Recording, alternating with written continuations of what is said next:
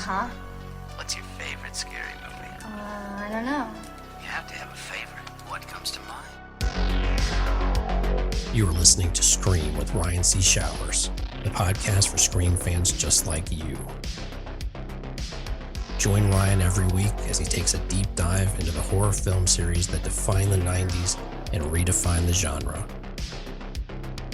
Scream with Ryan C. Showers is your source for scene and quote analysis, character dissections, and the latest news about upcoming installments of the Scary Movie franchise. I hear you like horror movies, Kirby, but do you like them as much as him? Hello, everybody. Welcome to the Scream with Ryan C. Showers podcast, where the film critic meets the Scream fan twice a week, every Tuesday and Friday. I'm your host, Ryan C. Showers. Thank you for joining me for today's episode. Welcome to Season 5 of Scream with Ryan C. Showers. I'm so excited to be bringing this episode to you, and specifically this week, it's going to be a two-part episode. So last year, I did a two-part premiere. It was really fun, and this year, I'm doing a two-part premiere with my friend Amar Karim, a return to the podcast for him, and we are going to be ranking the characters in Scream 1, 2, and 3 today, and then on Friday come back and we're going to be ranking 4, 5, and 6. So it's a very fun concept. But before that, I just have a couple of announcements. So one, I'm going to be on the Box Office Buds podcast this week discussing Megan 2.0, the box office predictions, the cultural impact that Megan has left, and whether the second movie will be the hit that the first movie was. So it's a very fun discussion of horror on another podcast that isn't just here. So head on over to the Box Office Buds pod. Additionally, I have a very fun story to share as it relates to kicking off Season 5 in the most optimistic way. So, of course, not only are we getting Scream 7 in Season 5 of Scream with Ryan C. Showers, but we're also getting I Know What You Did Last Summer, the return of Julie James. And in the promotion for that, Jennifer Love Hewitt actually spoke about Neve Campbell. So she says, in regards to Neve Campbell's return to Scream 7, she says, if you remember, Jennifer Love Hewitt and Neve Campbell worked together on Party of 5. So here's what she says. I'm so excited for Neve and all of the people from this franchise who are coming back. Jamie Lee Curtis has paved the way for us to be able to make dozens of these movies into our 60s and still be badass. So it's a really nice quote by itself, and I actually made a collage and I shared it on Instagram, and I woke up to find out that Jennifer Love Hewitt had shared my post on her story, on her Instagram story, which is wild. So, I mean, that's so cool. So, J Love, thank you. We're excited to see you. We're very excited to see you. So before we move on, I just want to talk about this quote for a second. And, because I would love to know what happened with Jennifer Love Hewitt in negotiating this contract to be involved in the I Know What You Did Last Summer requel. Because if you remember, they shot basically all of the movie except for her scenes in Australia. And then they came back to the United States to film her scenes because she hadn't signed on, and they were basically mid-production by the time that Jennifer Love Hewitt really heated up in terms of her negotiations. So it's kind of crazy. But so one thing I want to say, though, is I was talking to my friend Joey Valisi over the weekend about this, and how Neve's influence on the moment, on the culture, probably helped Jennifer Love Hewitt negotiate a better role and more respect for herself. I mean, speaking of badass, to use her word badass, it is badass to hold out negotiations until the movie's already filming and basically saying, you aren't respecting me enough, you aren't respecting my character enough, you aren't respecting our legacy enough. Imagine if Courtney Cox had done that before Scream 6, before that script, And the thing is, I think Courtney Cox signed on to Scream 6. She was happy with Scream 5. Of course, she had an amazing role there. What could go wrong? And basically everything. I mean, again, I just want to say, Courtney Cox has the best scene in Scream 6, and she's, she should be proud of that. She won the MTV award for it. But just imagine a world where Courtney Cox, instead of just signing on and just getting a script and seeing what her part was, did what Jennifer Love Hewitt did here in terms of being you need to make my role better. And it sounds like that's what Courtney Cox did with Scream 7 and why she held out so long to sign on, despite being involved in the process from what we've learned. But anyways, going back to the original point here is Neve Campbell and the way that she kind of stood up for Scream 6 and said, you need to pay me for what I'm worth. It's hard not to see Neve being a leader in this moment, and that Jennifer Love Hewitt being so stern and stalwart in her negotiation wasn't some consequence of Neve standing up as a final girl saying, you need to start respecting these past movies and the people who are the stars more than X, Y, and Z.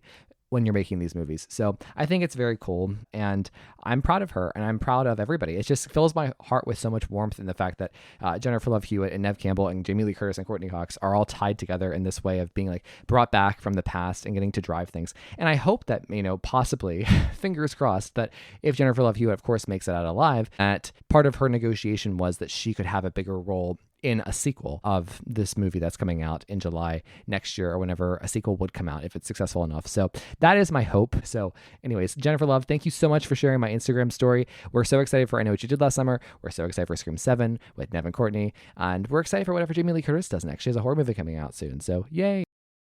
Now, before I go any further, I need to thank the producers of Scream with Ryan C. Showers. They include Ashley Summers from the Squirrel and Spud Shop. She and I host a Scream game every Wednesday on Instagram, so please check that out. I also need to thank TJ Jones, who comes from the Box Office Buds podcast. He is responsible for all of the graphic design of Scream with Ryan C. Showers in terms of new episode cards on social media promotion. So thank you so much to TJ for all he does. I also need to thank contributors Amar Karim, Mark Vieira, and Joey Velisi. Joey Velisi is the guy who writes the scripts for Scream with Ryan C. Showers.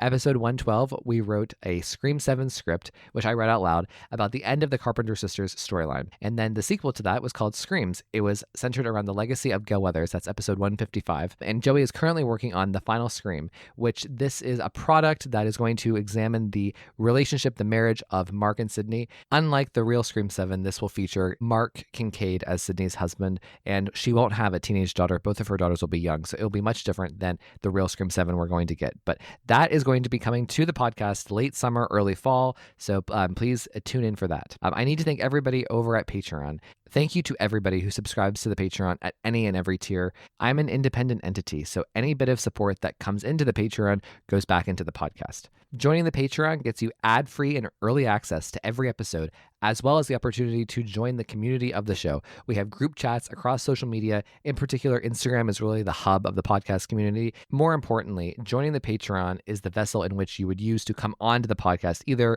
in a one-on-one situation with me or a small panel. In addition, there's a guaranteed invite every month to a big group Zoom recording about a Scream topic. An exciting feature of the podcast is the audio commentary episodes. Every Scream fan knows what it was like listening to Wes Craven do the audio commentaries for the original trilogy and Scream 4, with Marianne Madalena and Kevin Williamson and Patrick Lussier. And what I'm trying to do for my Patreon subscribers is I am going to be performing an audio commentary of a Scream or a Scream-related movie, one per month, every month. And my goal is to try to approach these as I'm doing deep analytical analysis about the characters, about the themes, about just general reaction. So it's something that I'm really proud of, and I hope continues to be a cherished part of the podcast. So the commentary is available as a normal podcast episode for anybody to listen to like they would any other podcast, but it will also be available as a video watch along. So everybody, please go over to Patreon, subscribe to Scream with RCS. I would be eternally grateful. So I need to go through and thank everybody over at Patreon who is subscribed as a stab investor or a daddy/mama Ghostface. So the daddy/mama Ghostface of the Patreon are Carrie Tenney, Brett Janovich, Corey Wilson, and Stevie Shears. The stab investors include Allie, Amar Karim, Tamika Jones, David D., Garrison Nichols, Gustavo Mora, Jess Mariano, Joey Nobarini, aka The Vault, Josh Calamari, Josh Carr, Scream Queens podcast, both Josh and Justine, The Horror Project podcast, Justin Weir, Kevin Abner, Mark Vieira, PWO5, aka Philip Douglas, Quentin Harrison, and Sam Levy. Hello, everybody, and welcome to Scream with Ryan C. Showers. I'm your host, Ryan C. Showers. Thank you for joining me for season 5. Oh my goodness, this is the 5th year of this podcast. Can you believe this? This is so insane. For just her perspective's sake, I know everybody's kind of confused. Every year, it's confusing. Like, Ryan, you didn't take a break. No, I didn't take a break because I don't take a break. I love this show too much to take a break. So basically, how I consider the seasons in my head, it's like so the very first episode we ever did was published on June 22nd, 2021. So from there, I do like a year. So a full year is a season. So we have officially got 4 years down and we are entering the 5th year, which is the 5th season. And I like breaking this down because I'm a television guy, in terms of like the old school TV shows. Like every year there was a new year of Buffy, a new year of The Good Wife, a new year of Charmed, Supernatural, whatever. And so it's just how I make sense in my head. Season 5 is a big year because this is a year we are getting the real Scream 7. We are getting Scream 7 starring Neve Campbell, directed by Kevin Williamson, with Courtney Cox returning morning in terms of the story being driven by Sidney Prescott and the original storyline. And it's so funny to me because I'm sitting here with one of my closest, dearest friends who was very instrumental at the beginning of the podcast. So to flash back way back to 2021, I started this podcast just for fun. It was never envisioned to be what it is today or that it would grow to be this. So on the third episode of the podcast, it featured me and my friend, whom I had never met really even on Zoom. We just talked on the phone a couple of times, but mostly through email and exchanges and messages, for over 10 years, from Scream 4 through the time I started the podcast. So a good 11 years of just, cyber friendship. And I invited him to come on the podcast with me. And little did I know that this man would be on more episodes than anybody else in the Scream with Ryan C. Showers universe. Ashley maybe knocking at your door just because she's on every week to talk about Taylor Swift. But, so Amar, you need to be on more episodes. But so everybody, please welcome my dear, dear friend, Amar Karim. Hey, Amar. Hello, Mr. Showers. How are you? This is kind of a homecoming. It is correct. It is correct. I was MIA, not out of choice, of course, but it had to be done. But here I am, back to where I believe I belong. So, I believe you belong here too. I'm sorry, like in the words of Taylor Swift, you belong with me. Okay, sorry. So I'm sitting here in a Taylor Swift shirt. Amar, are you wearing a Katy Perry shirt? I'm not. Why would I be wearing a Katy Perry shirt? Go on, explain. Because you're an idiot about Taylor Swift. Like every time I bring up Taylor Swift, he brings up Katy Perry as a point of reference and a point of comparison, and it's like, Amar, they are not the same, and Katy Perry is not as cool as Taylor Swift. Okay, well, clearly I'm living in 2019 or something, because the reason I keep referencing this to you, and I said it to you, so I'll explain to the audience, is because in the UK, back in 2019, it must have been, maybe even earlier than that, there was always a comparison with the two. And surprisingly, Katy Perry would always get to the number one spot in the charts. So I used to think Taylor Swift too, but I understand how the tables have drastically turned. And exactly. Yeah, she's nowhere in sight as Miss Perry. So. Well, it's just so fun to be sitting here, Amar. Can you believe? Okay, so let's flash back, because I also think we need to explain what happened that first summer, because the reason why Amar and I bonded so much over podcasting, first of all, Amar and I have magic whenever we sit down. It's just the two of us. I think the best episode of the podcast ever is actually you and me doing the rating Scream 3 episode. I think it's episode 144, and we break down the episodes, and there's something, it was like we were both drugged in that episode. There was something so magical about that show. But, for me, I want to talk about that first day we recorded, because I remember where I recorded that episode with you. I was downstairs at Brent's house. I was sitting on the floor. But there's that. But Amar and I recorded a bunch of episodes. We recorded probably 2 or 3 times a week that summer. We were just on a roll. We had so many things scheduled. It was such a ride. It was such a rush, an adrenaline rush, because it was something new and fresh, and we were creating something, and it bonded us. And, and that's why I think it shows in the show. I mean, it shows in the podcast that you are this huge foundation block of the show. So Amar, take me back to that very first recording and that summer 5 years ago. Well, first of all, thank you very much. I mean, you're always kind to me with these positive words. But I remember you saying, but I remember you saying, "Oh, I have this idea," and immediately I was like, well, I hope he asked me to be on an episode. And one episode. Yeah, that's what I thought. Honestly, that's what I thought. I thought if I can be on one, it would be fantastic. And before that, you and I, like you said, we were always on Twitter, social media. I mean, we might have mentioned once that way back when we tried to do a telephone conversation, and that didn't go very well. So then obviously we had WhatsApp, and I thought, oh, let's start this. And then when the episode came about, I remember exactly where I was. I was sat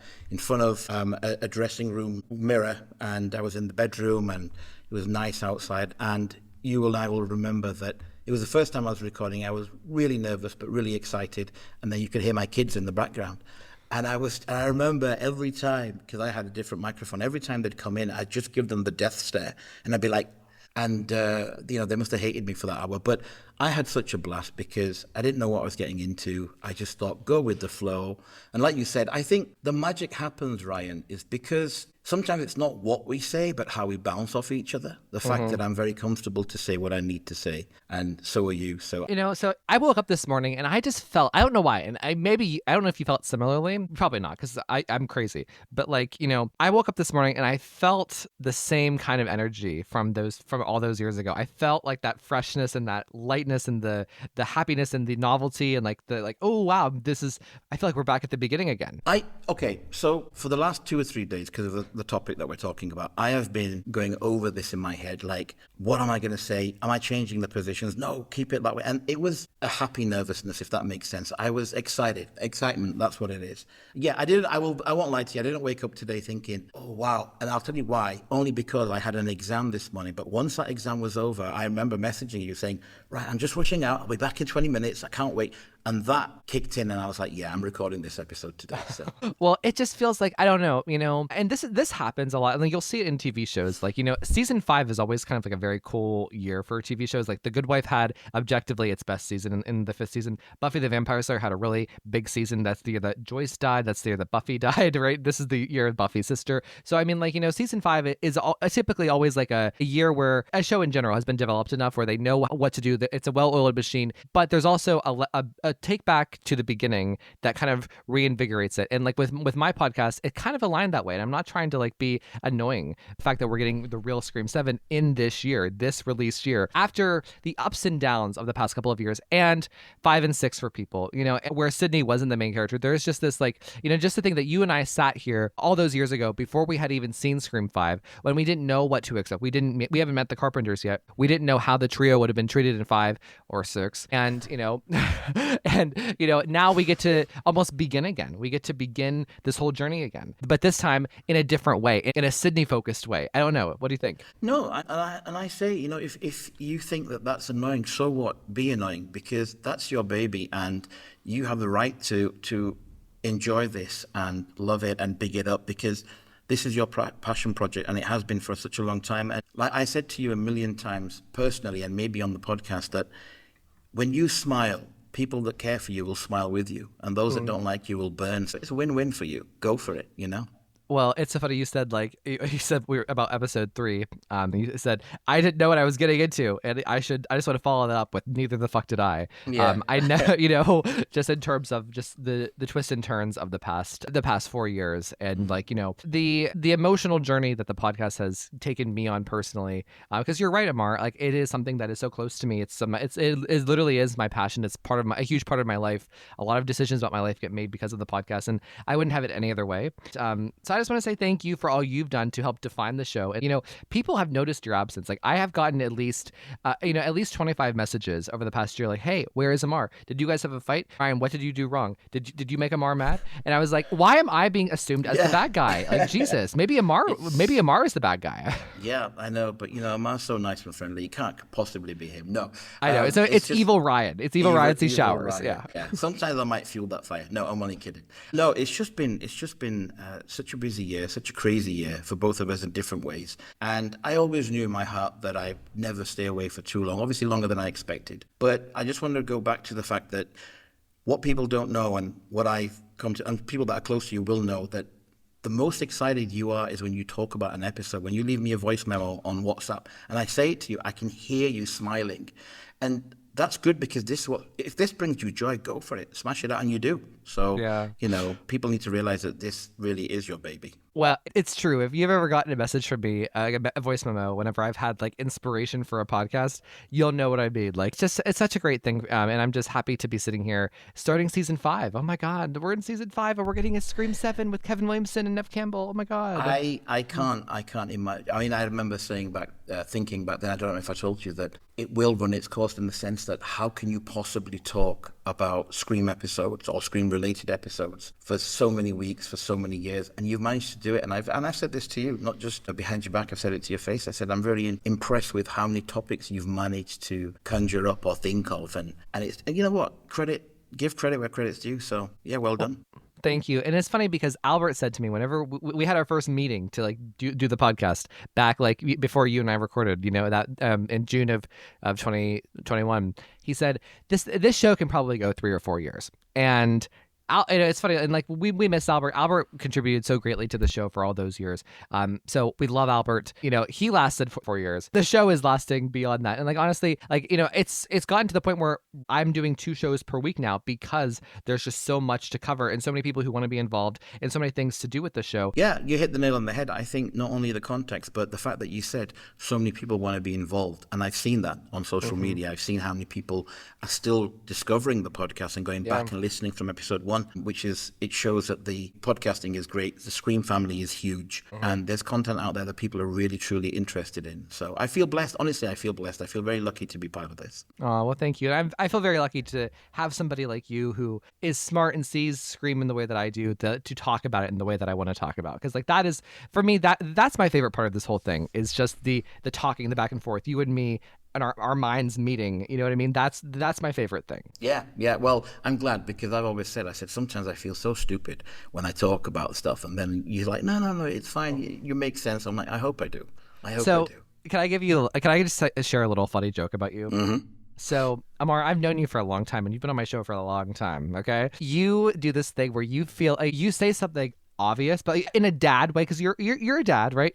You say you say something very obvious, but you think it's like groundbreaking, but you say it like in a dad tone, and it is just the cutest thing in the world. I think it's so funny. So I'm glad you think that, because sometimes I listen back and I'm like, I listen to other guests and I'm like, wow, that is so, I would never think of something like that. And then when people say to me, I loved your insight on something, and I was like, really? It was just so obvious, So, but thank you. I appreciate it. Amar, you are iconic. People know your name. Whatever the show is known, it's known with an attachment of you. So I don't want to like undersell Amar's contributions, especially that first year. Those first 2 years, Amar was with me basically every step of the way. 100%. Ryan, I'm not going anywhere. All right, so Amar, just to kick it off, because this is a Scream podcast, what is your Scream ranking? Right, okay, I'm very simple at the moment. It's basically in chronological order. However, 1 and 2 do fluctuate, and 4 and 5 can as well. I've got 1, 2, 3, 4, 5, 6. And just want to add that I was one of those people, and people will know that I used to look at 3 in a very negative light. You and I already know that. And the more I watch it, the more I think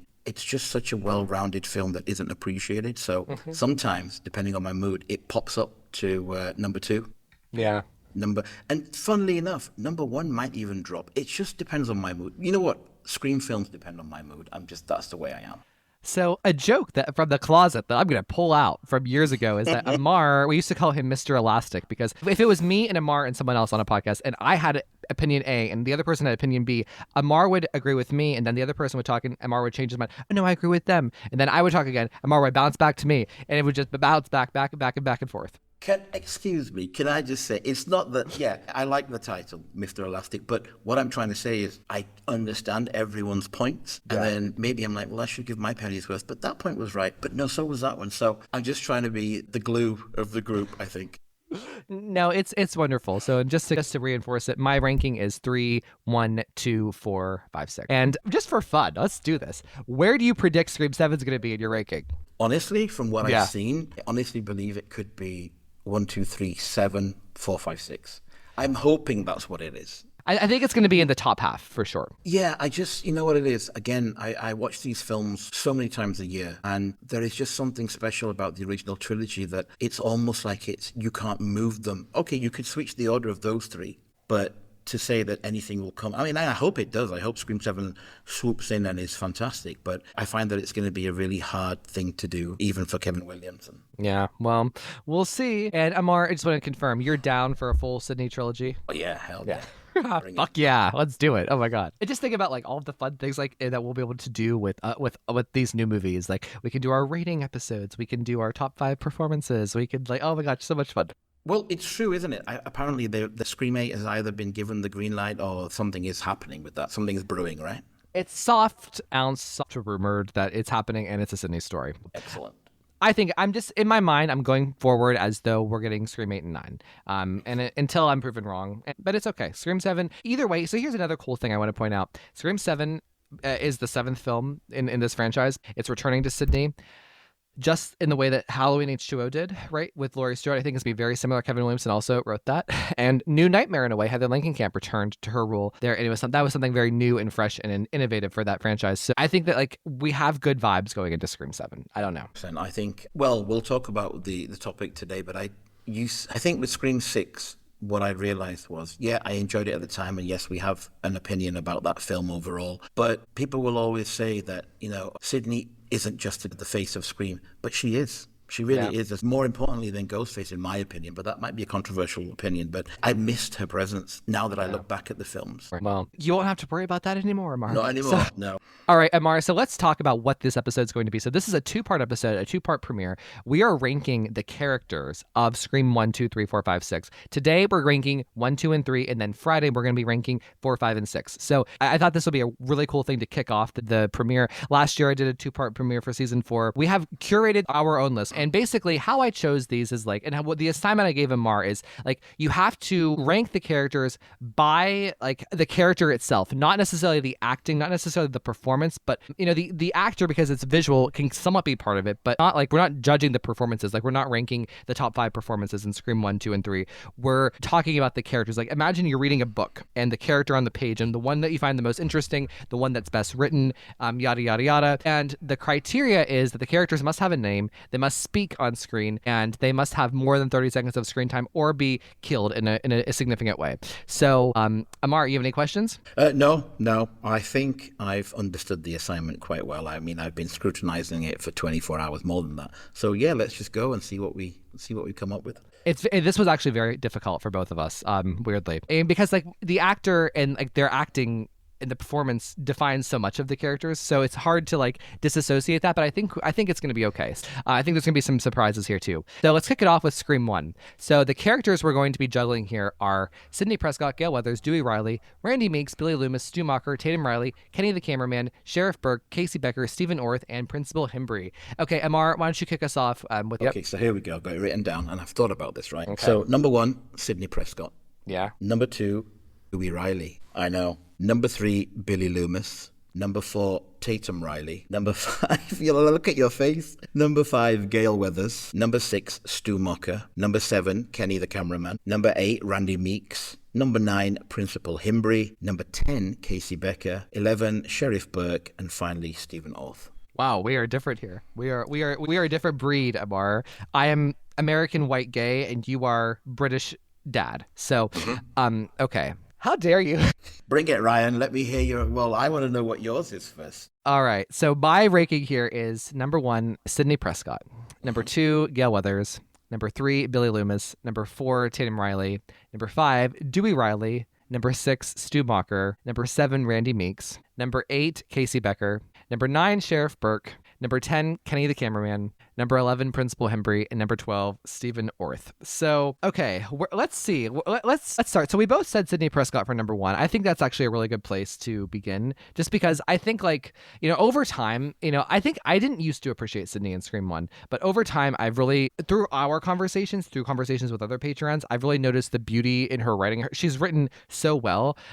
In Scream 1, she's kind of, a lot of people love her in Scream 1. Like, there's a huge war between like Scream 1 Sidney and Scream 3 Sidney for the best Sidney. So I think it's natural and appropriate that she is number 1 here. She's so full of grace and full of humanity. It's hard not to love her. So even if you were reading a book about Scream, you would be so invested in her as a character. But what I want to add is you have to look at the fact that it's a death anniversary of her mother, and she's been through quite a lot. She doesn't like Gale Weathers, and her foundation, her heart doesn't change. She's good all the way through it. And I think you see that quite early on when you find out about Casey Becker dying. And that kind of lays the foundation of what kind of character this person is. She is empathetic. She has a good heart. She loves everyone. She's just positive, despite the fact that everything around her is kind of crumbling, even though she's trying to hold it together, even early on as the first film. So I think it's a beautiful character, and all the way through. The best thing about her is the fact that even though she is this typical girl next door, she has fight in her. You know, she's not going to sit there and just cry and moan about everything. And she's human at the end of the day, because, you know, she lashes out at Gale Weathers, but that's understandable. You know, everything. And even then, she realizes what she's done and she apologizes. Yeah. Well, so okay, Sidney number 1, that makes sense. We both have Stephen Orth at the bottom, which makes, again, sense. Like, so he's kind of cute, I'm not going to lie. And you can't really tell underneath the duct tape, but I think he's kind of cute. Had he not been the opening victim, I probably would, I would be interested to see what he was like in real life. But, so he has to go at the bottom, correct? Yeah, I literally have no interest in Stephen Orth whatsoever. Whereas Ryan's like, ooh, boy, hot football player. Okay, so, all right, so here's where things start to divide. So we have for the next 5 spots, we have the same characters. So as a reminder, I have Gale, Billy, Tatum, Dewey, Stu. Amar has Dewey, Billy, Tatum, Gale, and Stu. So Amar, Dewey is pretty high for you. So he's high 2 for you, but 5 for me. So why did you make him your number 2? Because of who he is as a person, the character. He, again, like Sidney Prescott, is a very decent person. He is very honest. He's trying to make the world a better place. Yeah, he's a bit goofy, but I think that's endearing about him. And it's really strange because I didn't think that he would be high up because of the way that David Arquette plays him. And David Arquette's fantastic. Don't let me take that away from him. But when I really scrutinized the character of that film, he is just all heart and he's all good. And he's almost like there isn't a bad bone in his body. And I appreciate that about this character. And even then, he obviously has the hots for Gale. He's innocent enough to fall for her tricks. And the fact that he really is trying to help Sydney and everybody else. And he'll joke around. And I like that about people. I think in this world that we're living in, and even in the 90s, we didn't really have characters that were that almost, just good. And yeah, obviously they don't show everything about him, but if you look back at in Scream 1, there literally is nothing negative about him as a personality. Yeah, he's a bit ditzy and stuff, but he rushes back into that house, to try to protect all these kids, half the kids he doesn't even know. So I just think that he's just a beautiful character. A difference between Amar and I is Amar judged the characters here on their saintlyhood, and I am judging them on Dewey, for instance. I think he is a great person, and I do think he's defined well enough in Scream 1, which is why I have him at number 5. I think I think that you can walk away from Scream being like, ooh, I really love Dewey as a character. I really loved him. I loved the brother cop. I thought, he's cute. He is nice. He is full of heart, and he's a protector in a way. For me, I think that he becomes better defined in 2 and 3. And it's funny, as we go on, we'll see he kind of raises his spot from 5 up and up as we go to, the next 2 movies. But so I love Dewey. I think that here he's just a bit more generic than he is in the sequels, just because he hasn't gone through the trauma of what he's gone through here. So what I tried to do was I tried to pretend that Scream 2 and 3 didn't exist. And I wanted to just think of a character in this film. So I didn't compare him to the other 2. And Amar is schooling me, Ryan, you did not think of this. Well, you didn't. You set me an assignment, Ryan. But no, and like I said, when I first had this list, he wasn't that high. He was high, but not that high. And then I started to think about, okay, what is it about this character? So yeah, this is why I put him high up. So moving on, I never, ever want to hear you talk about Gale Weathers ever again in my life. So Amar put Gale at number 5, and I put her at number 2. And Amar, explain yourself. Right. Okay. Look, Gale Weathers is hot. Right, and I love that about her, and I will always say that she is fantastic in this film. And you defend her in this movie compared to me. That's funny. I do. But again, yeah, maybe it is the saintlyhoodness of these people that I'm looking at, because she is still quite cutthroat, and she is mean to Kenny, like she doesn't need to be. And obviously, because it's Courtney Cox, let me just mention that. It's like, oh, Gale Weathers. But when I look at the character, there's stuff that she says that she should never have to say to Kenny, especially because he's there for her. And she calls him everything under the sun, and he still sticks with her. And people like that don't deserve to have someone so loyal around them. So there's a part of me that thinks, you know what? Gale Weathers is a bit of a bitch at the beginning. And I get why she is, because she's trying to make it big. She wants to get out there. She wants to get away from this video. And technically, of all the people in that film, she's the only one that's right. Yeah. So I have her in the top 5, but I would be lying to myself if I had her higher, because she isn't given enough scope that the characters above her that I've put, have. So therefore, she slipped. And it was so hard for me to put her 5, honestly. I was like, I'm sorry, Courtney Cox, but you've got to go there. Well, I understand and respect that. For me, I just think Gale Weathers is such a scene stealer in Scream 1. If I was reading this book, I would be like, ooh, when's the next Gale scene coming? Because she's so fun and interesting and just well drawn in terms of of being right and everyone thinking that she's evil, right? Because of those nasty parts of her personality. So I enjoyed that contrast in terms of the good and the bad that we see in Gale. And I love that she gets that redemption at the end of Scream 1 to come in with the gun and save the day. And yeah. through Scream 1, we see more of the humanity. So we see more of the Gale that we'll see in the later movies. Like, whereas, you know, when we first meet her and she is a bitch, when she is mean to Kenny, you know, and we see that kind of like start to shed off a little bit by the end of Scream 1 when she's in the car, in the van, and she's really scared and she's really nice to Dewey on the walk. Like, I love seeing those little layers come off. So I did rank her higher. But you see, when I was watching it, and I watched the film quite recently, there is still a motive with Gale. Yeah, and unfortunately, yeah, I know that's a real life trait of most people. But when I was watching it, I was like, she really is just there to get the story. So even everything that she does with Dewey, you can tell that it's just there as a manipulation tactic, really. So I think that's why. And for me, yeah, I get it. Sometimes the negative character or the spunky character needs to be high up, but with Gale Weathers, there's just something about her that is slightly cold, and I get it. Towards the end, she saves them, but realistically, she's doing it for herself because she wants to get that story. Yeah, roll your eyes all you want, Ryan, but yeah, so that's why I've put her a bit lower.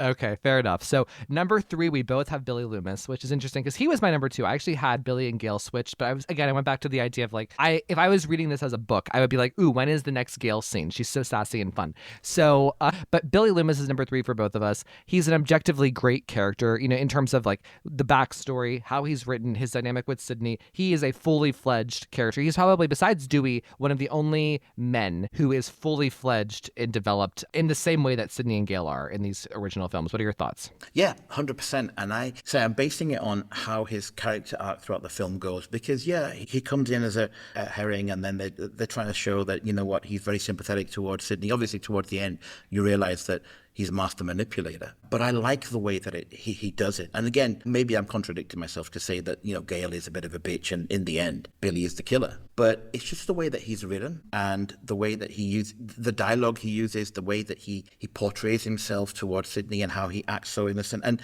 towards the end, honestly, for me, and I know we've both said this, he's one of my favorite Ghostface because of just how he switches and some of the dialogue that he uses. You know, they're all meta dialogues and stuff, but it's fantastic. And it's the way that the character says them as well is fantastic. Well, you know, so, and that's the other thing too, is like, you know, he is like one of the, probably the most iconic Ghostface killer. When people think of Ghostface killers, they think of him. And that's important. And like, I think like the idea with Billy Loomis of him being the boyfriend and like is he the killer? Isn't he the killer? That's the beat that is played throughout Scream 1 that isn't really replicated in the other movies. In the other movies, it's like there's a host of suspects. We don't really know this, but with this, it's like, you know, Sidney is constantly in doubt about Billy. Is he? Isn't he? Is he? Isn't he? And that is what makes Billy Loomis so great. So I think that number 3 is a great spot for him. It's funny. Let's go down to, so the next 2, we actually have the same spot, right? We have Tatum both at number 4 and we have Stu at number 6. So we agree. Well, I guess the Gale thing throws me, and because we agree more than we don't. So what are your thoughts on Tatum and Stu? I absolutely love Tatum.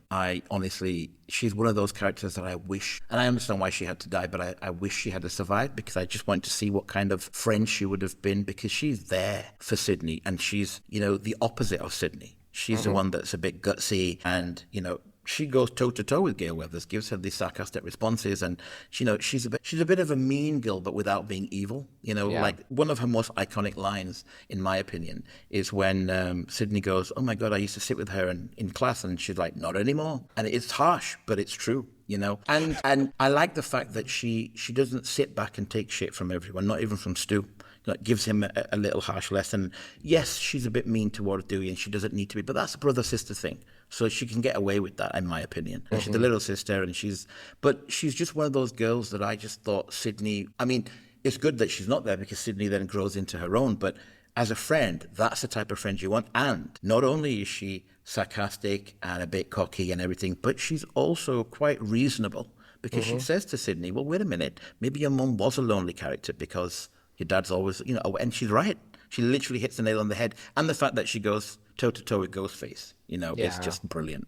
See, now you're making me want to put Tatum higher. Like, I actually had Tatum at number 2. Actually, my first draft of the list, and I was like, no, because I do think that there, again, in some ways, she isn't the greatest friend to Sidney. You know, by making her go to the party and like, you know, and I think that there are times that she's not so sensitive about Sidney's trauma. But everything you just described about her, I co-sign. And like the way that Rose McGowan plays her, you know, my friend Jess on a recent episode, she said something about Tatum and Rose McGowan, and she said just the way that Rose McGowan characterizes her, you know, she said, quote, "You know what kind of a woman she is," and I love that quote because this like the fashion, the little quirks in her personality, the way that she delivers certain lines, the way she says different words, and like the little expressions.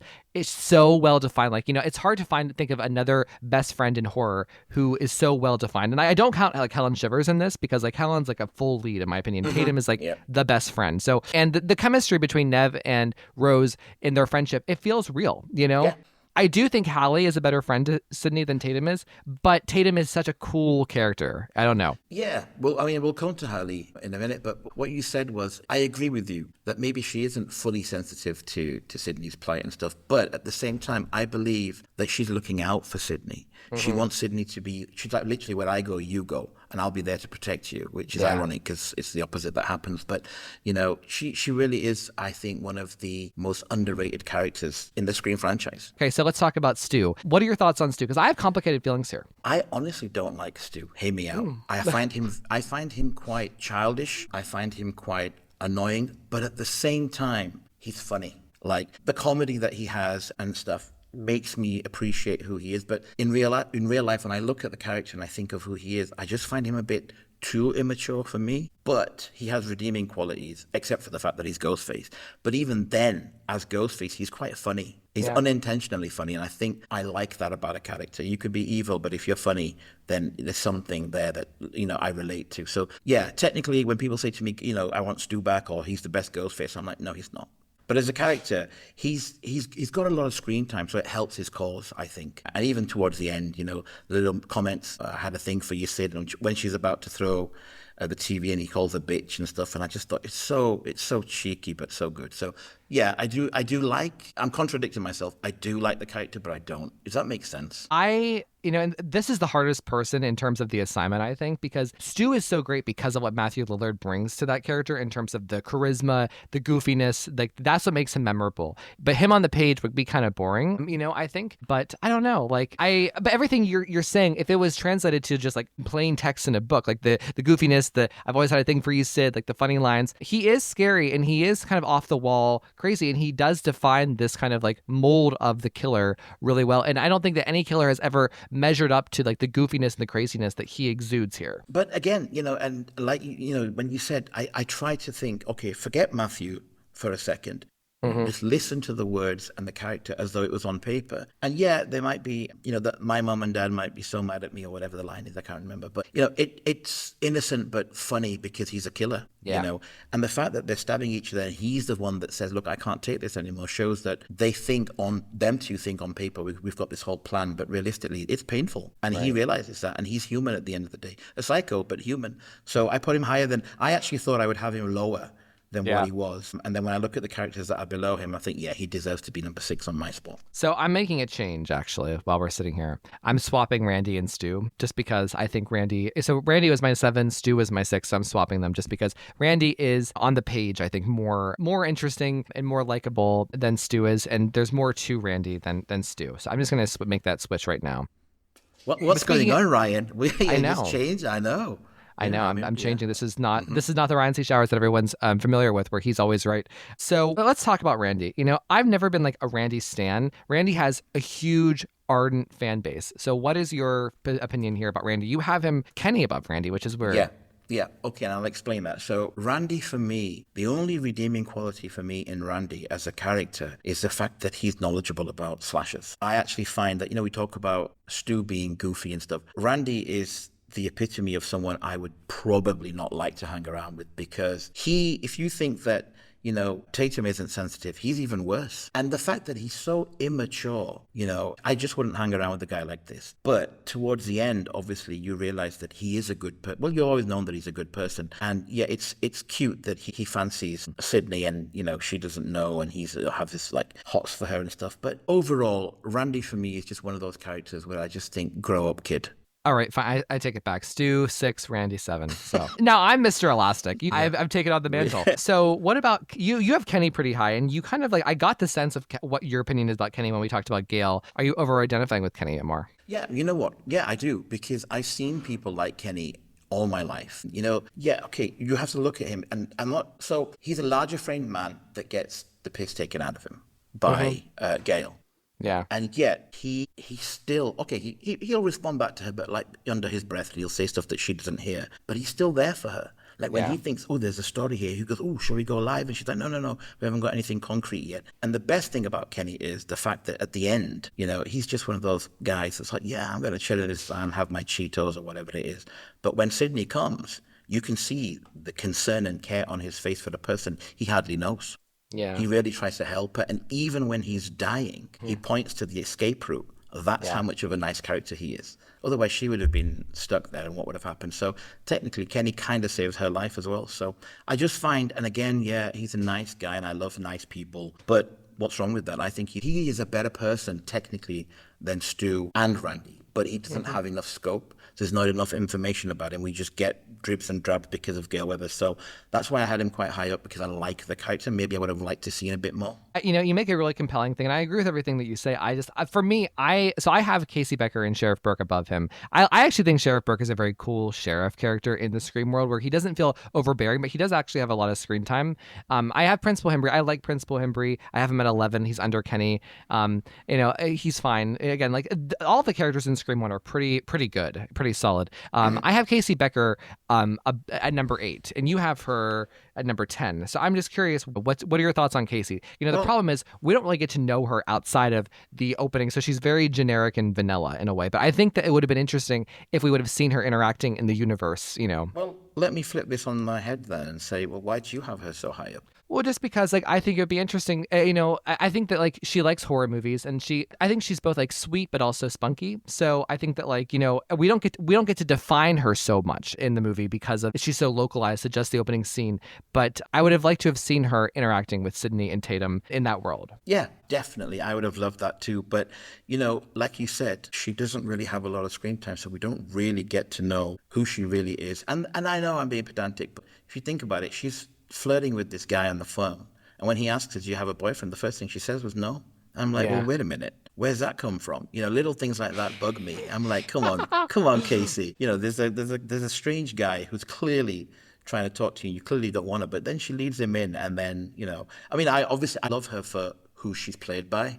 So I really try to separate that. And in the end, she's resourceful, but she still dies, you know? Yeah. And there's not enough information on a book or in a book. If we read that character, you'd be like, okay, she's dead, but would we really connect with her? No. Yeah. Drew Barrymore helps us connect to Casey Becker.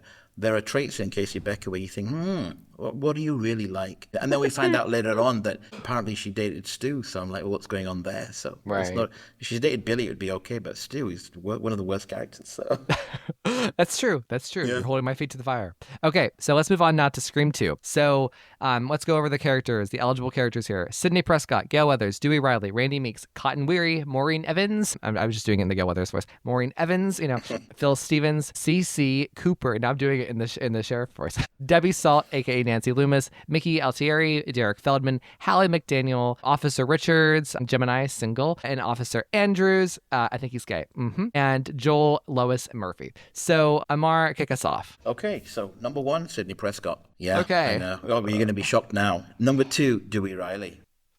Whatever. I know, right? Number 3, Gale Weathers. There we go. Number 4, Hallie. Number 5, Derek. Number 6, Randy. Number 7, Cotton. Number 8, Mickey. Number 9, Debbie Salt. Number 10, Joel.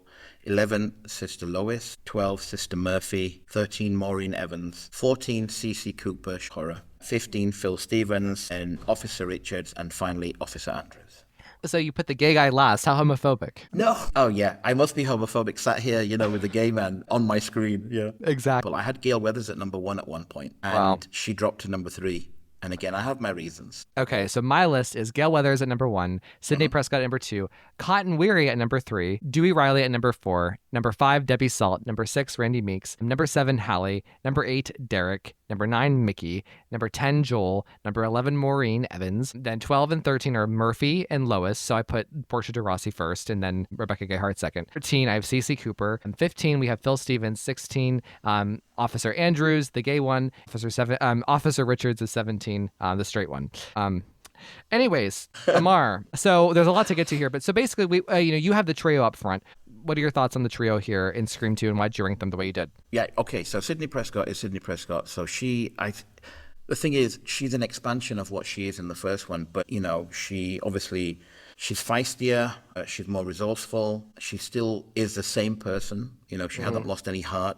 And yeah, she's concerned and she's confused because how is this happening again? But I put her at the top because she's still the same person, but with more fire, and she's just, it's really hard to top her as a final girl in this one. And I get that, you know, that's not even looking at Neve Campbell as an actress. It was just the character on paper. I have Dewey at number 2 is because despite everything that's happened to him, he's even more concerned for everyone. And the fact that he actually stands up to Gale Weathers a little bit as well, even though he secretly still loves her, you know, and he quotes her books and stuff. And I was like, you know what, Dewey, go you. You're not that little pushover from Woodsboro. So I had him at number 2. Now, Gale Weathers was really hard. I had her at number 1, but I only had her at number 1 because of Courtney Cox's performance. I mean, technically, on paper, she's even worse than she is in Scream. When she starts, think about it. You know, she had that little bond at the end of Scream 1 with Sydney, or so we thought. And then she goes and she still wants the scoop. She turns up because she still wants the story. And then she goes and brings Sydney face to face with who she believed was the murderer of her mother. And I think that's such a shitty move to do. And, you know, she gets slapped again. So don't get me wrong, Gale Weathers is a fantastic character, and I think her arc in this one is the best because it really defines who she becomes. Because I think it's after Randy's death she really changes, and I love the fact that it shows that she has a good heart, but her profession prevents her from having that. So to start off with, she's a cutthroat character far more than Scream 1, so I just couldn't put her at the top. So I agree with you, and I actually thought about putting Sydney at number 1 almost. I think Sydney is so, again, she's a natural progression from Scream 1 to 2, and there's depth here because of the paranoia about Derek, right? Yeah. And just like her general trying to put the best foot forward. So I love Sydney in Scream 2. I think she's, again, an extension of the greatest final girl of all time. And I think that she peaks even in Scream 3. But for me, I did put Gale Weathers first because I don't see the moral grayness of what she does here. I think that it's actually good to show her as at her worst at the beginning and growing to her best. For me, again, if I was just looking at the characters on the pages, yes, I would hate her, but then I would grow to love her. And that's why I put her at number 1. I think that we get so much good Gale Weathers stuff here. And in terms of Dewey, I agree with you. So he's my number 4 here. So again, he was 5 in Scream 1, 4 here, and he gets higher in Scream 3. You know, we see him more as a real human being here, I think. And and we see his hurt feelings. We don't just see the goofy, bumbling cop. You know, we see a guy with some real depth to him and all that care that you said before. So I love that. There's only one person we actually overlap with where we have the same exact number. Do you know who that is? Take a guess. Randy, maybe? Stacey Cooper, and she's number 14. Oh, really? Okay. Yes. So let's go there if you don't mind, just because I think this is important. So interesting that you put I guess we both did. We both put Maureen Evans above her, but you really do not like these opening kill characters. You're like, to the bottom you go. It's just because, you know, again, on paper, yeah, don't get me wrong, a character can come in and be in one chapter, for example, in a book and leave an impression. But when you've got other characters that we get to see their good, bad side, their flaws, their good traits, it helps you relate to a character, I believe. CC Cooper, if we're jumping to her first, I mean, obviously the opening kills, they're never really given enough scope. Yeah, we can get a bit of, you know, what the character traits might be, but that could change depending on what the situation is of the film. So I usually tend to put them quite low down. But CC Cooper, now that you mentioned, everyone loves CC Cooper, and you and I mentioned this in the voice memo to you, and I want to say to the audience that CC Cooper is only loved because Sarah Michelle Gellar plays her. CC Cooper is really a non-character. She doesn't do anything. Even in the opening scene that she's in, you know, she's a bit sarcastic, but the fact that she turns around and says to Mickey, and I understand why he kills her now, is that you have a hard-on for Cameron, but he's right. In my opinion, Terminator 2 and Aliens are far better than the films that come. So she has no idea what she's talking about. But, you know, and again, I try to separate Sarah Michelle Gellar from the character because the set piece is fantastic. From what Sarah is given, she does a good job. But the character herself, what is she? She's literally sat there gossiping about a TV show, and then she can't even tell that that's her boyfriend or not. You know, so I mean, like, what the hell?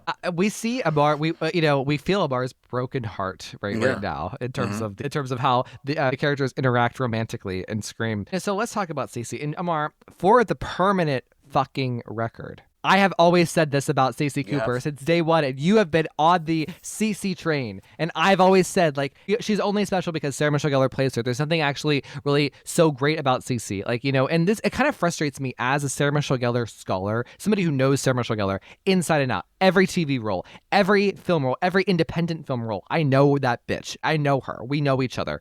And then for people to be like, oh my God, Cece Cooper, so great. It's like, she's fine. It's cute. I'm glad that she's a part of the Scream universe. I'm glad she has this big, amazing sequence right in the sorority house. It's very iconic. I'm glad that Wes Craven got to direct the hell out of it. But, it's just okay. She's just okay. Compare her to Helen Shivers, it's night and day. Like, it's just like 100%. You have Helen, who is this like magnificent character, and Cece, who is just, she services the part perfectly. She's interesting. I would have loved to have seen Cece survive Scream 2 and go on to be in Scream 3 and like actually work on Stab 3 or something. I think that we would have seen a lot of spunk and coolness from her, but come on, she is just, it is what it is. Can you imagine if that's the only scene she had? We would be like, yeah, all right, see you later, bye-bye. Because at least with the opening scene, we get a bit of her character. And again, she's probably one of the hardest characters I've had to move away from the actor, if you know what I mean. I mean, that's not a great terminology, but what I mean is every time I see Cece, I'm like, oh, it's the way Sarah delivers the lines. It's the way Sarah's presence is so great. And the fact that she was in Buffy at the time and everybody wanted to be part of Scream. But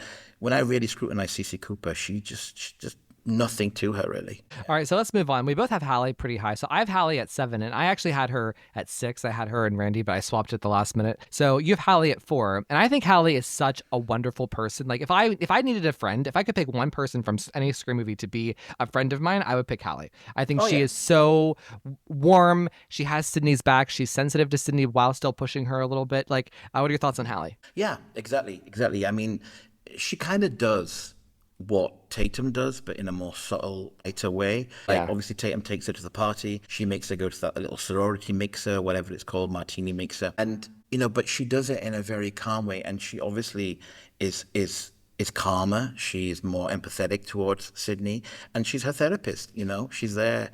And I think she is a nice character that's there for her friend, but is unintentionally funny as well. She doesn't mean to be, but she is. And like you said, that's the type of friend. Sometimes, you need a friend on each shoulder. One like Tatum, one like Hallie. And it's amazing how Sydney interacts with both of them in different ways. But yeah, Hallie is very underrated, and it's just so sad because she actually turns out to be one of the smart ones, and she says it. Stupid people go park, smart people get the fuck out of here, and what happens, Where do you rank Randy again? I don't have him written down for you. Randy, I put at number 6. Okay, so he's also my number 6. And I think that, like, for me, he does go up from Scream 1 to Scream 2. I think that, like, he is a much more interesting person. He's more well-rounded and dynamic and just a bit darkened. Like, he is grown up a little bit. He's not, like, the whiny, Sidney Prescott-obsessed person. He's actually, like, a real human being trying to be out in the world. He's less goofy in this one, which I like. It's just a matured character. I like everything about Randy, actually. The reason I've just got him at 6 is just, I just find that Hallie and, for me, Derek. And again, maybe you're right. Maybe I do look at people with good hearts. And that's why I have Randy below Derek. But Randy is such an improvement in this one, in every way.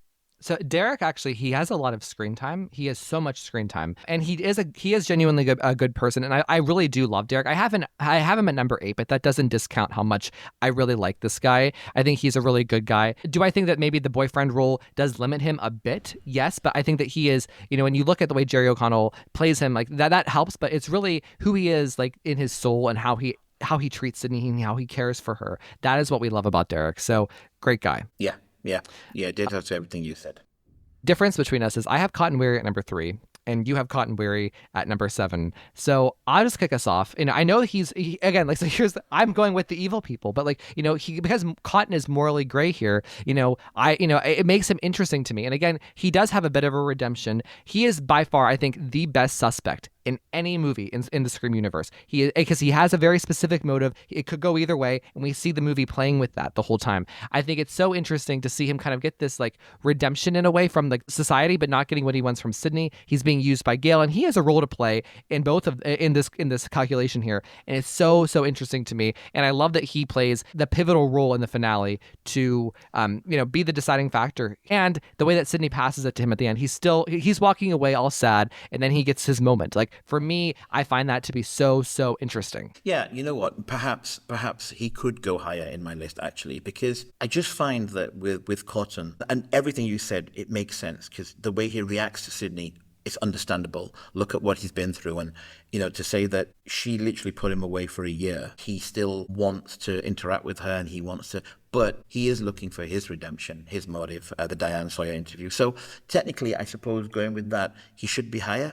There's just something about him that bugs me, and I don't even know what it is. And I don't want to say that it's the way that Liev plays him, because Liev does a fantastic job.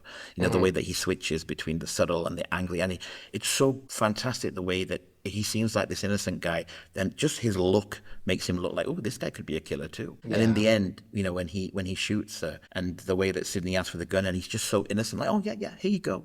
So technically he is a fantastic character. There's always just been something about Cotton that I just can't put my finger on, that I don't dislike the character, I just don't love him. And that makes sense. And I wouldn't say that I love him either, but I love him because of the writing and the directing and what he means to the story, both as a suspect, but also as someone who's important to Maureen's past. Like, he, to me, I guess I do love him, but I don't love his personality. Like, I wouldn't be like, hey, Cotton, let's go out on a date. I mean, I would date Cotton. He's hot in Scream 3 in particular, but like, yeah, I get what you're saying there. So he's not naturally likable. Like, Hallie and Derek are naturally likable. You just want to hang out with them. Cotton, you don't want to hang out with, but like, still, he's masterfully deployed in Scream 2.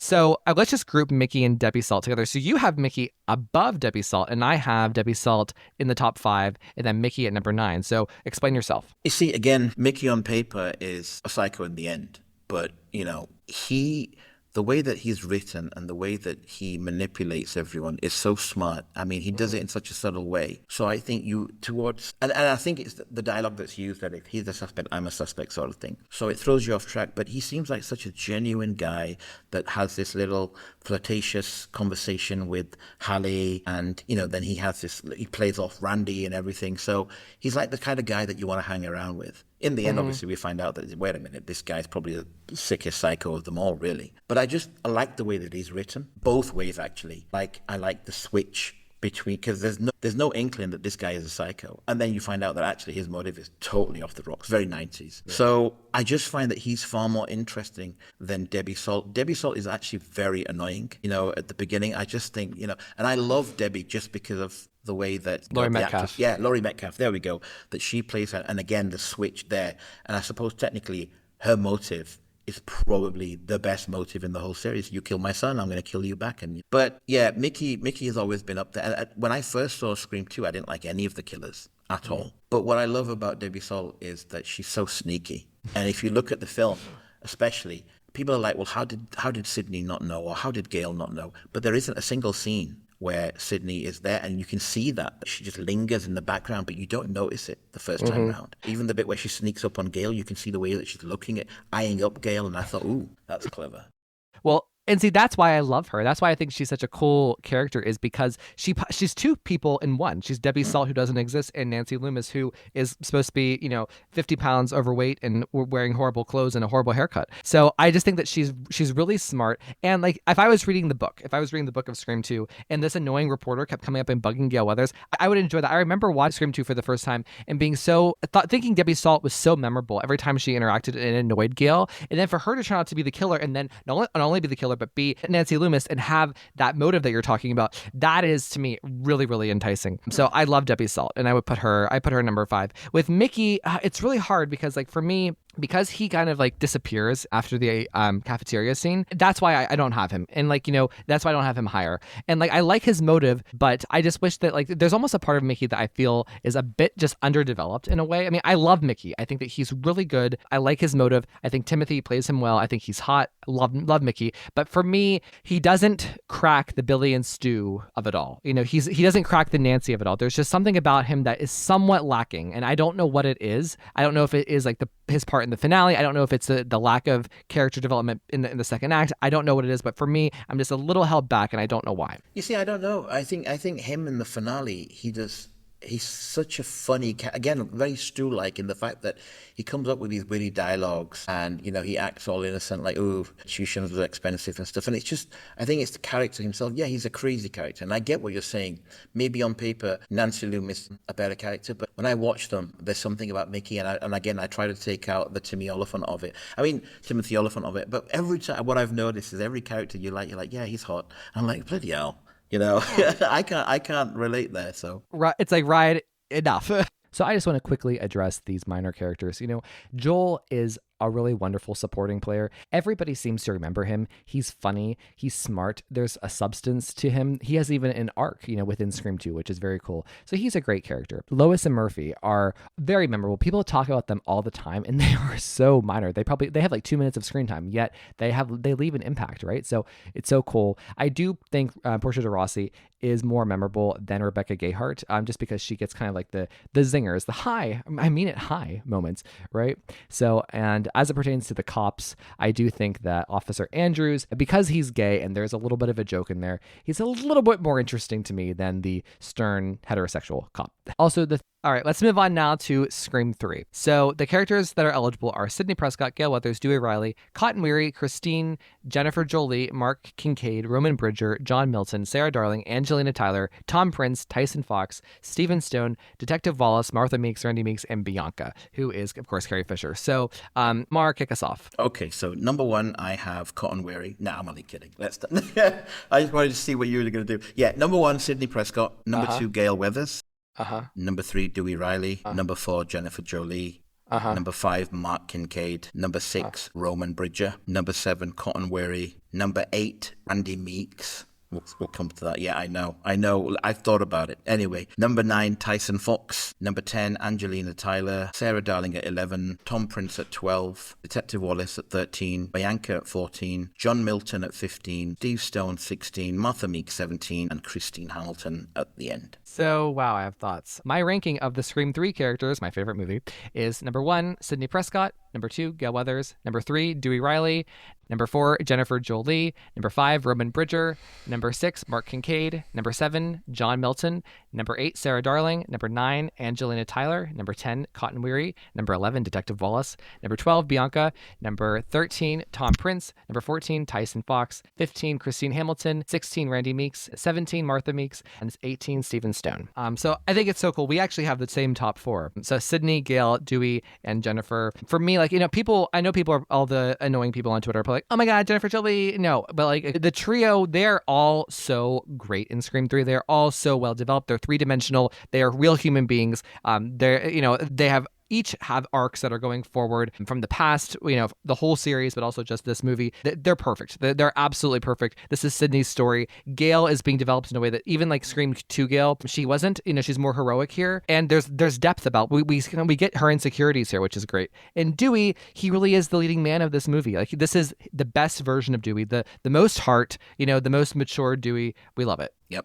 Yeah, well, they don't even need for us to elaborate on them, because you've kind of said what it is about them. And it's funny because I looked now at the list and I've got Gale at 5 in 1, 3 in number 2, and she's at number 2 in 3, and it just shows that that's her progression. And obviously, Dewey only drops to 3rd for me just because the other two are so good in this. This is Gale in the good Gale era, right? But also, we get the depth of her feeling insecure about Jennifer.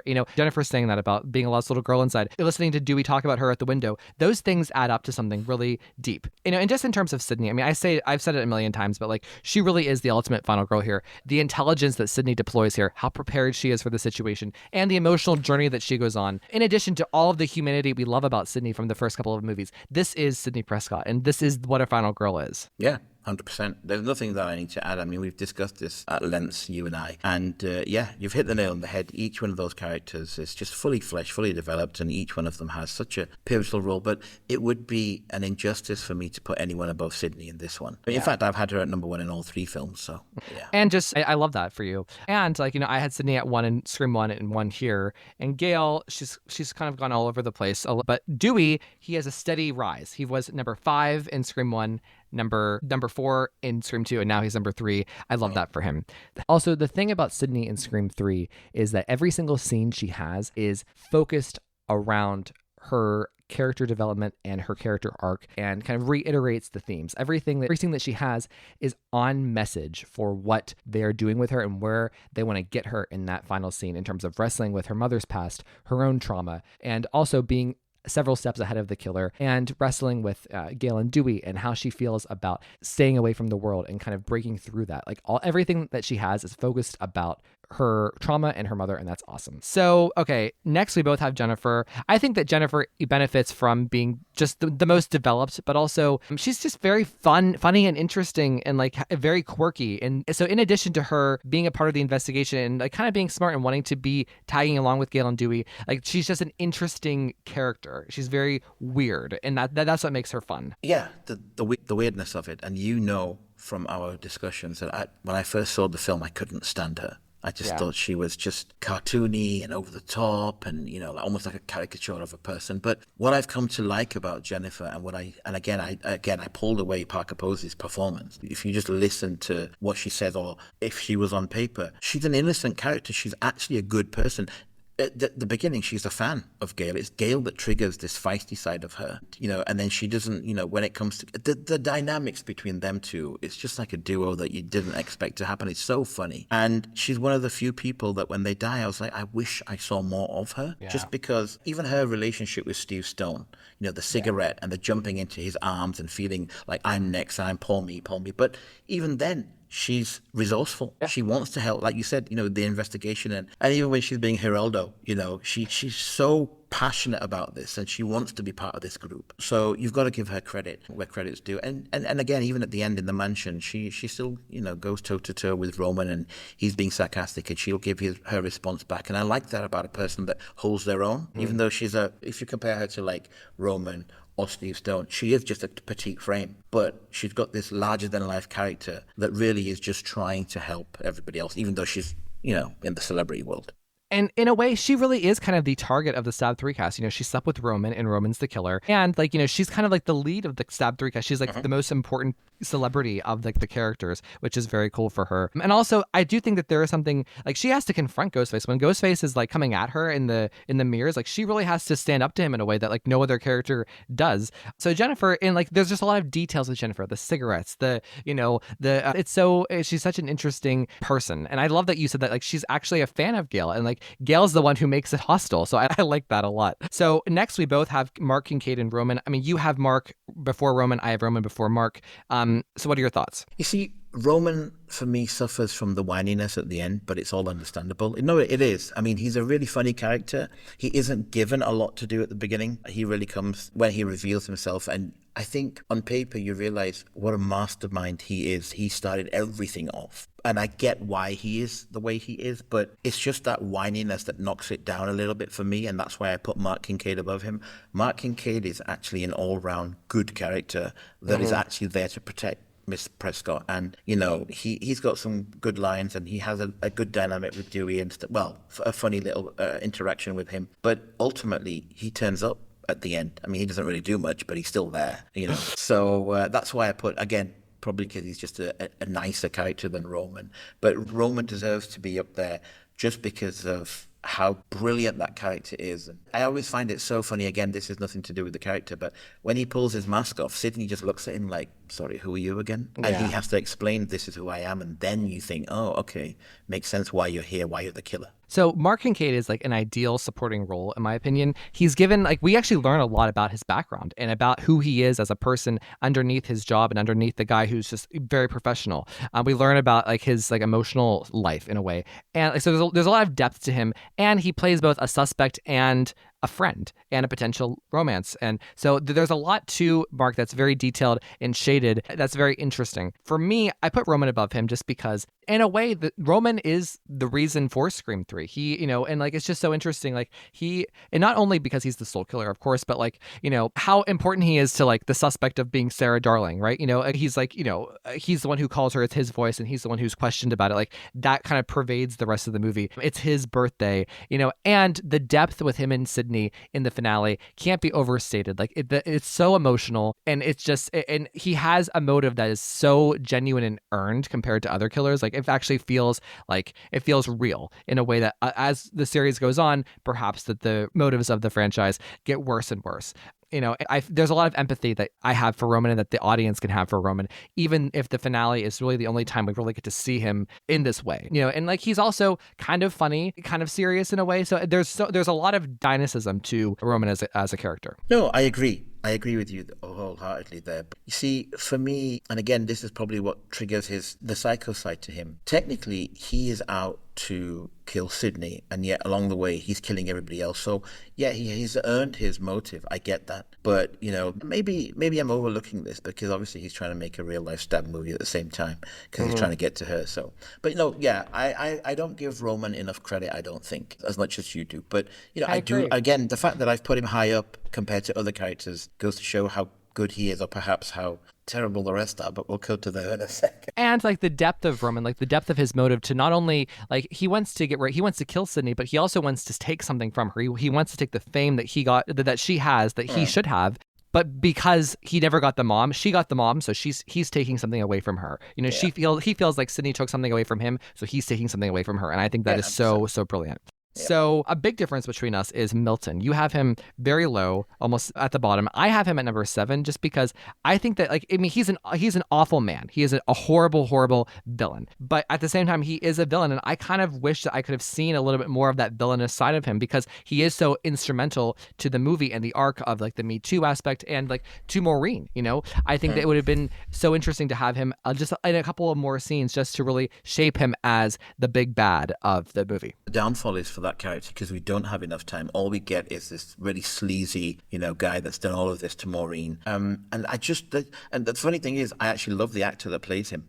I've seen him in so many things, but there's just nothing nice or redeeming or good about that character. And I just couldn't put the reason I have him. So, he probably would have been last, but he does get a bit of screen time in comparison to the other two that I have at the bottom. But there's just nothing I like about him at all. There's nothing funny about him. There's nothing good about him. And even the scenes that he's in, he's just moaning and complaining. Get her out of here. So for me, it's just one of those characters that I just don't like. So you have Cotton at 7 and Randy at 8. And this is kind of funny to me because I have Cotton at 10 and I have Randy at 16. I love Randy's cameo, but for me, compared to everything else, I just think that he's only in the one scene, right? So it's hard to judge him. But Cotton I have a little lower than you because he is in the opening and it's great, and it fulfills an arc, but it's just not as dynamic as he was in Scream 2. The reason I have them two higher is because, and very controversial because I know you and I have said this before, I really don't like the supporting stab act characters at all. There's nothing about hardly any of them that I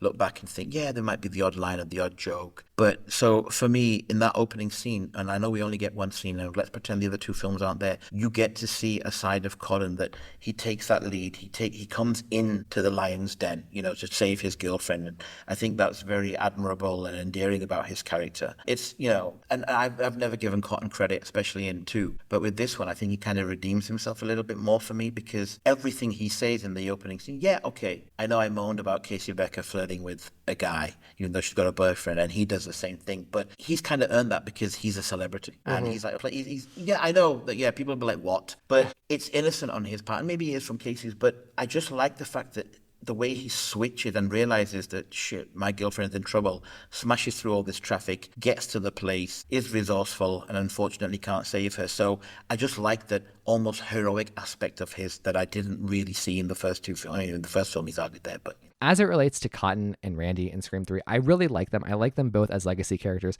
I do kind of wish that Cotton, almost like there's like an alternate version of Scream 3, right, where Cotton had more to do in the opening. He drove it 100%. And I feel like if that would have been the opening, Cotton Weary would be way up there with the top 6. He would be, right under the trio in Jennifer and Roman and Kincaid. But for me, because he gets to split his screen time and the opening is quite shorter, we don't really get to see so much of him as much as I'd like. And with Randy, it does really feel like Randy is the human being we saw from Scream 2. But the thing about Randy in Scream 3, it's so emotional. I wish I could put him higher. But, again, it's just another beautiful part of Scream 3.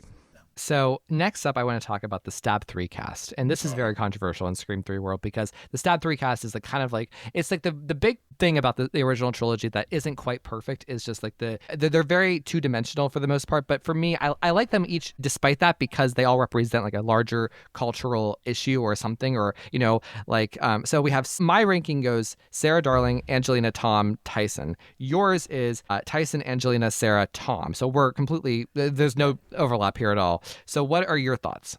I put Tyson above them because out of the 4, he's the one that seems to have more energy about him. I like the fact that he's funny, even when he's stabbed. He will say, like you said, it's a cultural thing, and he'll just state like Maureen Evans did too. But he has that little dialogue, and the fact that he just seems to be playful in comparison to the others.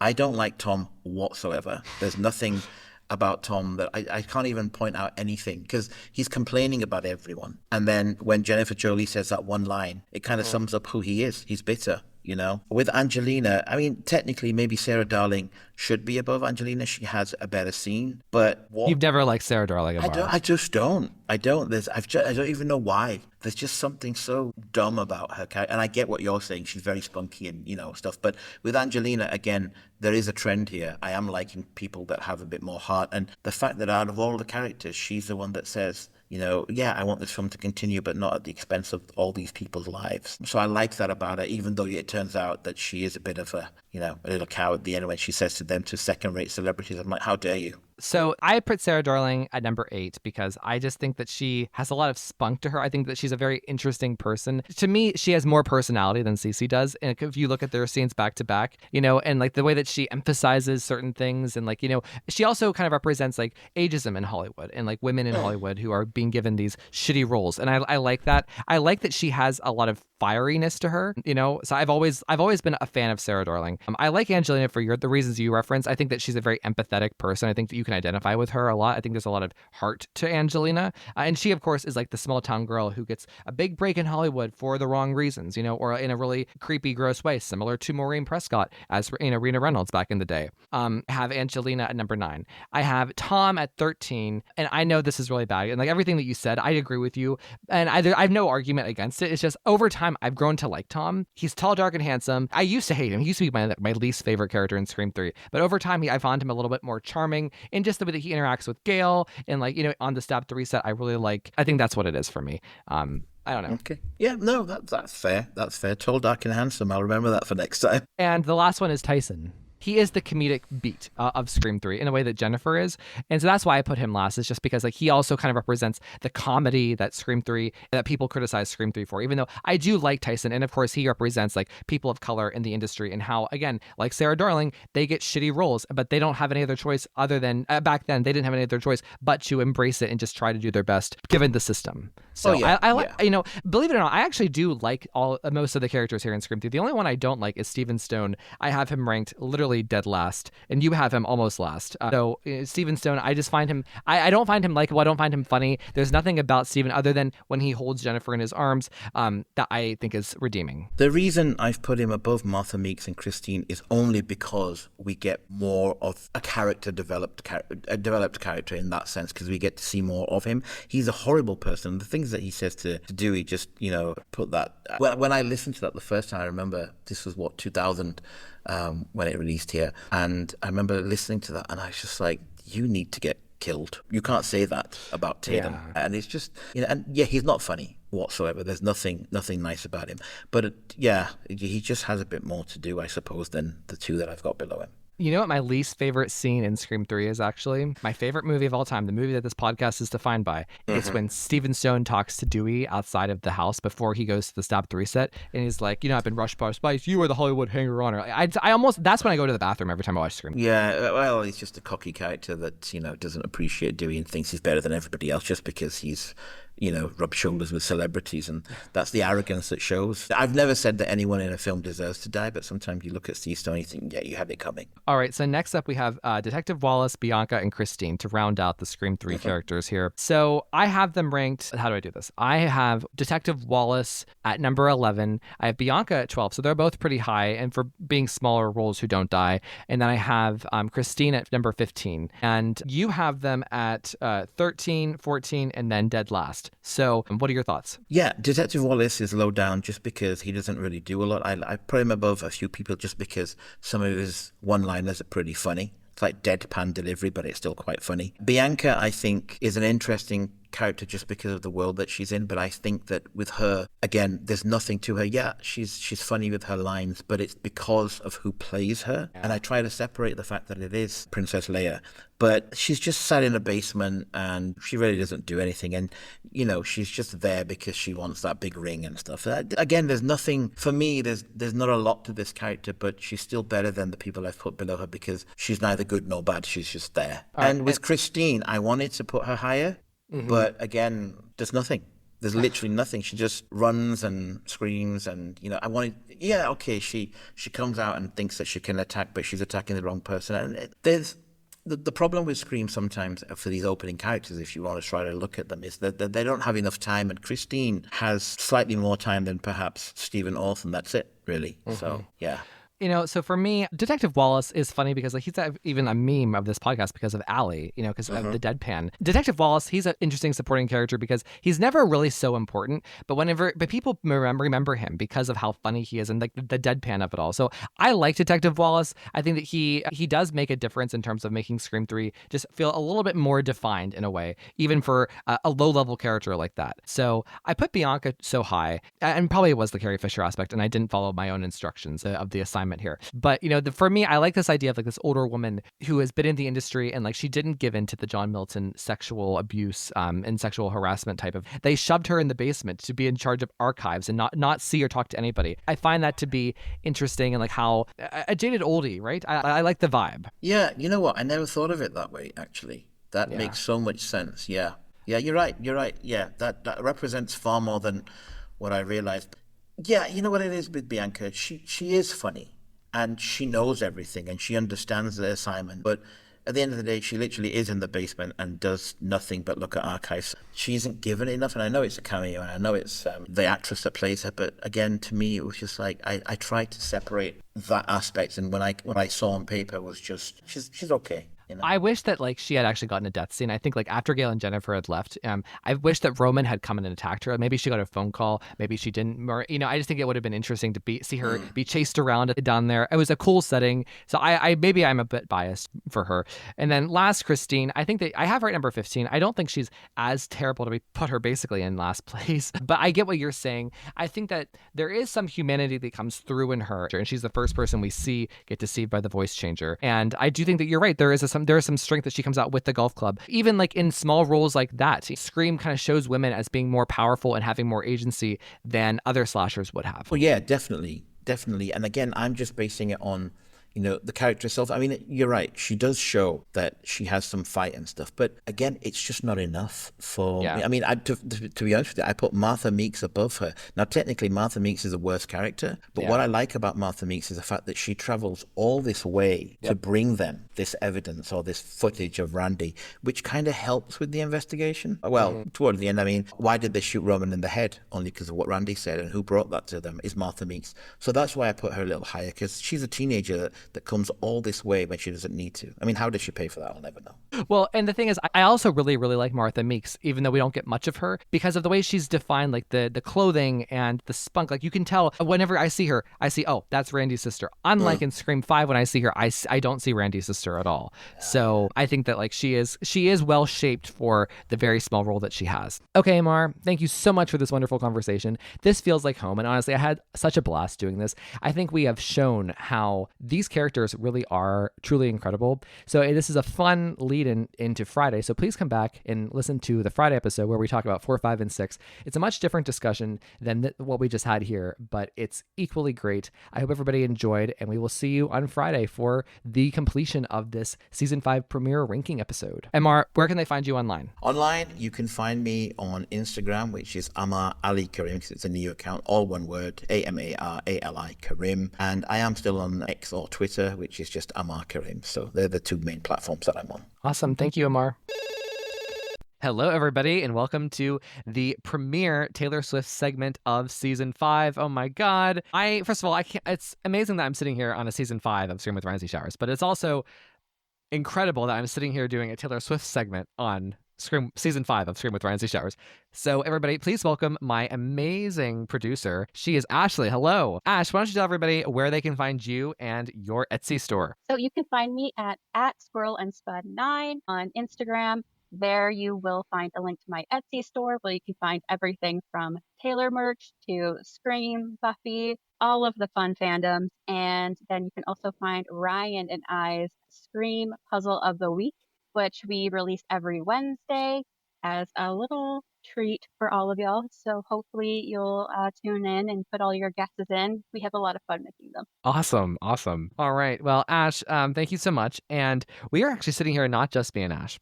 We have invited a contributor to the podcast. He has been a SAB investor since the beginning of time. This guy, I love this guy so much. And he's a Scream 3 person. He's Scream 3 and Taylor Swift. How can you get any better than that? So everybody, please welcome my good friend, Mark Vieira. Hey, Mark. Hey, Ryan. Hey, Ashley. How are you guys doing? Hello. Good. It's so fun to have you here for the premiere of season 5 Taylor Swift segment. Oh my God. I'm excited. I love listening to you guys talk about Taylor and Scream. It's my favorite part of the podcast. Well, thank you. Oh my God, that's so great. Well, thank you so much. But like, let's be real, Mark. So Mark is a part of my little Swiftie team in terms of like helping me pick the Taylor song of the week. Like, so if I have a topic or like I know what the next 4 episodes are going to be, I will send Ashley and Mark a message and be like, hey guys, what do you think we should do? So Mark helps us select the Taylor Swift song of the week sometimes. So I really value his opinion, and he knows Taylor inside and out. So, and he's been on the show before talking about Taylor, talking about Scream. It's really wonderful. So Mark, welcome. I'm excited to be here. I know whenever you guys send me messages about asking about Taylor songs, I know I annoy my coworkers when I just listen to just her all night. Love it. And there can never be enough Taylor Swift. And coworkers will have to suck it, I say. So, okay. So we are going to be doing something special for the season 5 premiere of Scream with Ryan C. Showers. There was a huge piece of news involving Taylor, and it didn't feel right to have a Taylor Swift segment every single week, twice a week, and not talk about this groundbreaking announcement in the Taylor Swift universe. And so we're going to talk about that. So, okay. Ash, why don't you take us to the amazing news from Taylor? Recently, Taylor posted a big letter to her website, and all of us fans were going crazy to see what it was. And for a little bit of background information, you've probably heard us talk about Taylor's version versus the stolen version is how the fans refer to them. Way back when, this lovely man named Scooter Braun bought Taylor's master recordings pretty much out from under her. It was a really contentious deal. It sounds like she made it very obvious she wanted to buy all of her masters, which means she would be all of the previous recordings that she's ever done, and that can include photos, music videos, all of that type of stuff. So she ended up losing those, and so she ended up re-recording her previous albums because she wanted them to be hers. She wanted to be knowing who was making the money off of her music, and she just didn't really think that the deal was fair, which it wasn't, especially when you were working for a company for 6 years and were their biggest artist and the biggest artist pretty much in the world at the time. And so recently we found out that this company, who also owns part of her masters, was going to sell them back to her. So she was able to buy back all of her previous music. So meaning from debut to Reputation, Taylor now owns those again, including her music videos, the any of the pictures, photographs, any artwork for the CDs, posters, concert movies, all of that stuff. So seeing that she was able to buy them back, it is so special to all the Taylor Swift fans, because any of us who are the diehards haven't listened to the original versions. And going back and being able to listen to those original versions, 1989, being able to listen to it again, be able to read, or not feeling bad listening to Debut. It's just been really fun. I mean, I own some of those as an actual CD, so I didn't really feel bad listening to that, but I refuse to stream them. And even if I was in a restaurant and they were playing a version, I wanted to be excuse me, you're playing not Taylor's version right now. Please change this. But all of us can take a big sigh of relief. And I think if you're a Taylor fan or not, I think it's really important for artists to be rewarded for their own work and to be the people benefiting from their work, no matter who that person is. And Taylor has really fought for other artists when it comes to this. And other artists have even put in their new contracts, new artists, old artists have put in their contracts that they want to own all of their music. And I think it's really inspiring that she's able to get it back. And we have different versions of different albums. You can listen to whichever one you want, but she got her music back, and we all are it's like getting Sydney back for the new Scream movie. But even a longer journey of not having her there, or it just feels like you're getting something back. And I was so happy. I can't even imagine how she feels. Well, I don't like, and also just to like underline for people, like the reason, like, so the past 4 years, the 4 albums she re-recorded have been everything to Swifties and like to the fans. And like you could argue that the Eras tour was kind of a celebration of the Taylor's version of it all. And with the Taylor's version came all these vault tracks. Like the Taylor's version project was a huge thing. And like I became a proper Swiftie in the Taylor's version era. So it's weird for me. Like in one way, like I get like there's these 4 albums I've never really listened to in the same way that I listened to the Taylor's version. So I get to study them and kind of rediscover almost new Taylor music in a way and compare and contrast with the songs I know so well. So it's really a really cool thing. And it's such a gratifying ending to this story for the past, 10 years really that Taylor has been on this journey. So Mark, what are your thoughts here? I think Taylor did what she needed to do she wanted to devalue the original ones to prove a point that her fans are going to stand by her, and we all did. We all stopped listening to the original versions of, even though like when it came to 1989, I loved that one. I loved the original one. I knew I couldn't listen to it unless I had to listen to it on the vinyl or my CD, and I don't have a CD player in my truck. So just not wanting to give money to someone who doesn't deserve it, who didn't create the art. That's just what I always wanted to make sure I did. Yeah. Well, so Ash, what are your so in terms of like Taylor's version versus like the original version, like the masters, like where do you stand now? Do you think that you'll be playing both? Do you think like it's a good mix? Do you think like they coexist? You said it really well to our friend Sam Levy. So Ashley and I were on Sam and Garrison Nichols' YouTube channel, kind of discussing, do we rank Red the original or Red Taylor's version? You said they become one. And that's really how I see it. That's how it feels. So what are your thoughts on this? Yeah, I think everybody's going to have a preference, and whatever that is, in my opinion, that's fine. Like you The can correct one, yeah. love who you want to love. You can love what Taylor's version or Taylor's album you love. You know what I mean? And I don't think there's a wrong or right answer. Like for me, there might be. But I just feel like most people are probably going to gravitate towards whatever they heard first, if that makes sense. Whatever Yeah. they have like a connection to, or whatever version of the album got them through a tough time, or they feel there's like a memory connected to it. I feel like that's what most people, when they talk about Taylor, refer to is having this connection to a specific time in their life that album connects to. And honestly, what's kind of fun about it is that like I have two big memories when it comes to the majority, like with some of these albums. Like I can remember when 1989 was released, I was watching a grainy live stream, and I can remember watching her doing interviews while I was making dumplings in my parents' house back in the day. So I have both of these memories, and neither one is wrong. But I would say if you haven't listened to one version of the album, especially if you haven't listened to the originals, go back and listen to them. Obviously, her voice does sound quite a bit different in some of them because she was like 16 when she was recording. Everybody's voice changes from when they're 16 to 30 for the most part. And so just like that natural, you can just tell how young she is, but there's something that's really sweet and comforting about listening to somebody who sounds the same age as what that person is speaking about. Yeah. I feel like it feels a little bit more authentic when you hear a 15-year-old girl sing 15 versus like a person who's older singing 15. Not that she can't sing them at any age, but there's just something really sweet about a young person singing about young person's perspectives. But I think whatever your preference is, go for it. But I would say listen to both versions and give them both a shot because there's going to be hidden gems in each one. And it's been really fun to discover like which version I prefer of different albums. Like I'm still getting used to the original. I mean, of course I heard these songs for years and years and years when they were out on the radio whenever I was growing up and at dances. And so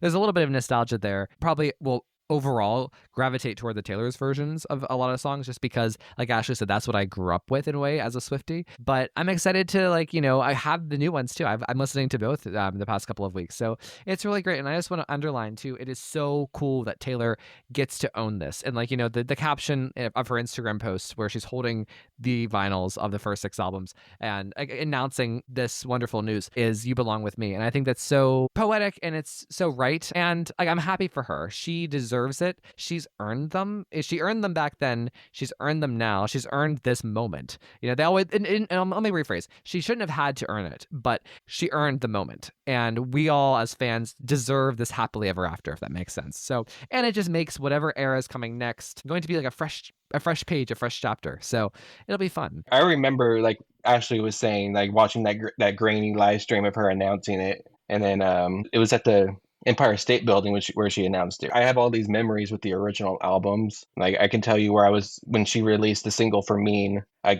was working at Safeway's customer service. So I have all these memories, but with the Taylor's versions, there's just something more, like something powerful about her reclaiming them and and making her point of like, you can't take my work from me because it's mine. And I love that she's pushed this principle of like artists owning their own work. But for her, I feel like it's even more special because she literally writes all of her songs. They are all written by Taylor Swift. They're all inside her in a different, unique way. So I can understand how uneasy and how uncomfortable she was not being able to claim them as her own in a way. So because her music is extremely personal, and I don't really think it matters. Like, obviously, if somebody writes like whatever it is, it would be cruel and mean to take their music. But when it is so impersonal to them, it just feels so icky. And the way it was done and the way that grown men behaved, it's just really, like, I would just say uncool. It's just like so gross. I'm just like, you're taking something away from a young woman who is more powerful than you. And I think that's why you can't handle it. I don't even understand why somebody would want to do that. And I just feel there is like a narrative that I've seen online of people being like, oh, wow, like she totally duped her fans into buying these other versions. And I'm like, just so you know, none of us were duped. All of us knew exactly what was happening. All of us love this person and love this woman and appreciate her and feel like she's given us something. So like, guess what? It didn't cost me anything to stream them. Like if somebody just wanted to stream them, that's all they had to do. Like she never asked for anything. She just said, I hope you guys like them. She added vault tracks and new music videos and new pictures and fun things for us to be interactive with so that it felt like we were getting something.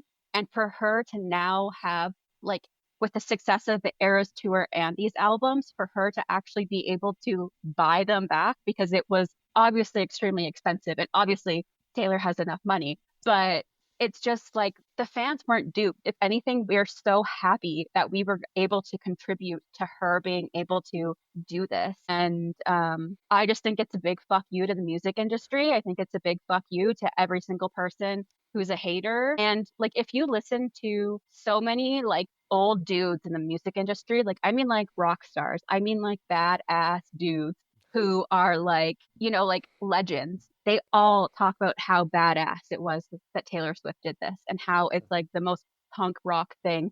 Like, if you actually look at the definition of punk rock, it's like the most badass, like fuck you to everybody who helped me because you just wanted money. This was all greed, and she's taking it back. And, you know, I think when somebody creates art, they should be able to have that and decide who makes. I just think it's so amazing that you see this young woman who's been in the industry for so long and has been successful, rightfully so, and got to say, hey, this isn't fair and I'm going to change it. Well, and you know, I think it's ridiculous to say that anybody was duped. People, you know, artists re-record their stuff all the time. And I love it because it's almost like we get to see what these albums were that she wrote, you know, 20 years ago with her voice as a grown up, if that makes sense. I love that. I think that's actually very smart in a way. It's, again, kind of a promotion of the Eras Tour in a way, because that's what the Eras Tour was. It was all of the eras and all of the songs. And the last thing I want to say too is, like, you know, I often, whenever I get angry about something or I feel wronged by someone, I look to the Taylor Swift definition of karma, because like what Taylor says and what comes through her music and like the literal song, right, is that like she, you know, if she keeps her side of the street clean, everything's going to work out. The universe will take care of what it needs to take care of, and we don't need to do anything actively. So anyways, okay, folks, thank you so much for that little discussion of Taylor and her big news. And Taylor, we love you, and thank you for everything. We will see you next time. All copyrighted material used or referenced in this show belong to their rightful owners and made possible by the Fair Use Act. And number 3, never, ever, ever, under any circumstances say, I'll be right back. Because you won't be back. Get another beer, you want one? Yeah, sure. I'll be right back!